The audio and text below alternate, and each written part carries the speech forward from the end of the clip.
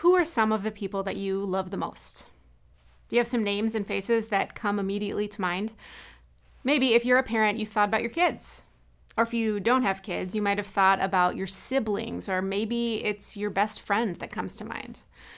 Okay, now think about all of the wonderful memories you share with that person or with those people. Got some things? I'm sure you do. You probably have a highlight reel spinning through your head.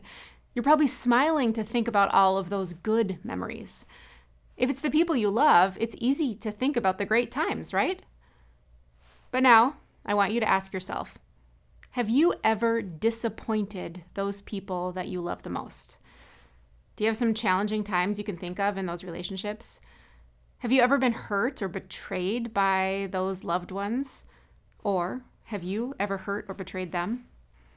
I'm guessing that for you, just like for me, we don't necessarily want those highlight reels playing through our minds, but for all of us, we can answer yes to each of those questions.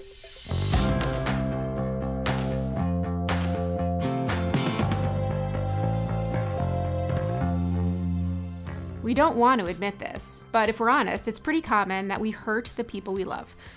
Sometimes we hurt them more than the people we don't even know. So today, we are asking, how could we love like Jesus loved? How can we look at the way Jesus shared his love with the people in his life and do the same for the people in ours? And to do that, we're going to look at a couple of stories in the Bible that help set the stage in a pretty powerful way. First, think back to the second Bible story in day number 2, where we had a disciple named Peter. Remember, he was the one who Jesus named the rock, the one who the whole church was going to be built on, the one who had this amazing confidence to declare what he believed about Jesus. Well, if we fast forward in our Bibles a little bit, it doesn't take too long to see a different side of Peter, to see where his belief in Jesus would be put to the test. See, Jesus, he knows that the time is coming closer where he's going to go to the cross to die, so he brings his disciples together to share a meal. We sometimes talk about it as the Last Supper.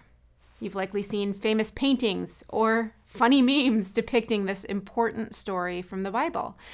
It's called Jesus' last meal because even Jesus knew what would happen next.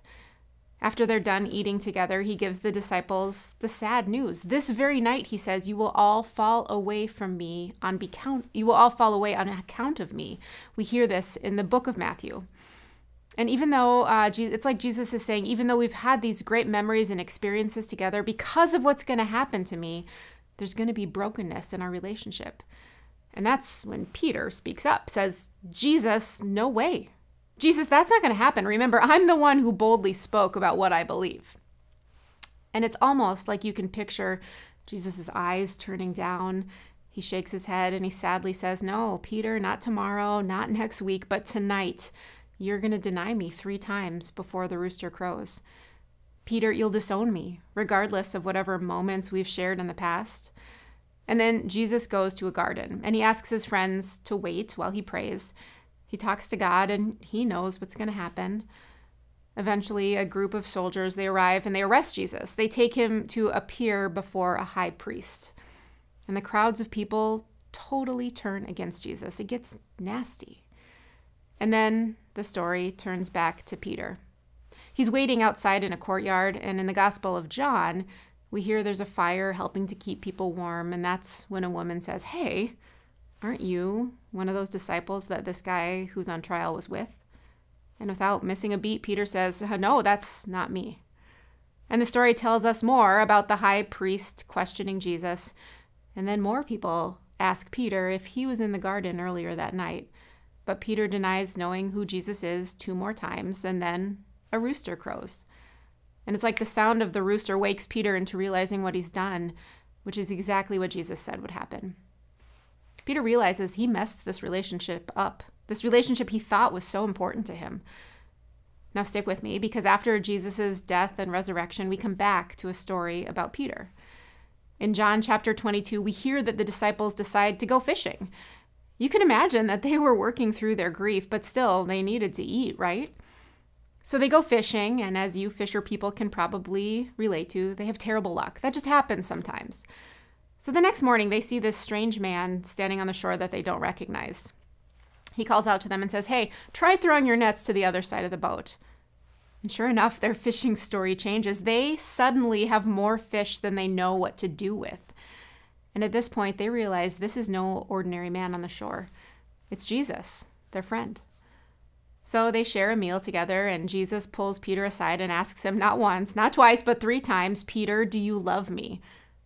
Notice a pattern here, a meal 3 times. This time not denying, but an important question that he's asking, "Do you love me?" And each time Peter says, "Yes." So Jesus says, "Okay, then feed my lambs, take care of my sheep, love the people who I have loved." Peter had all the right in the world to feel terrible at this moment, to feel like he'd denied his friend, to feel like he had messed up big time. But Jesus never stopped loving Peter. He forgave Peter, and he reminded him that he could still play a huge role in sharing the news about Jesus with other people. Let's be honest, we all mess up in our relationships. Every single day, we mess things up. That negative highlight reel is pretty hard to shake sometimes. But this side of Peter connects to our real lives. Jesus loves every single one of us, even though we mess up. So what would it look like for us to love who Jesus loves? Maybe it's loving people who are different from us. Maybe it's loving people who have hurt us. Maybe it's loving the people who we hurt, to remind them that we have a God whose love is bigger than any of us can even comprehend.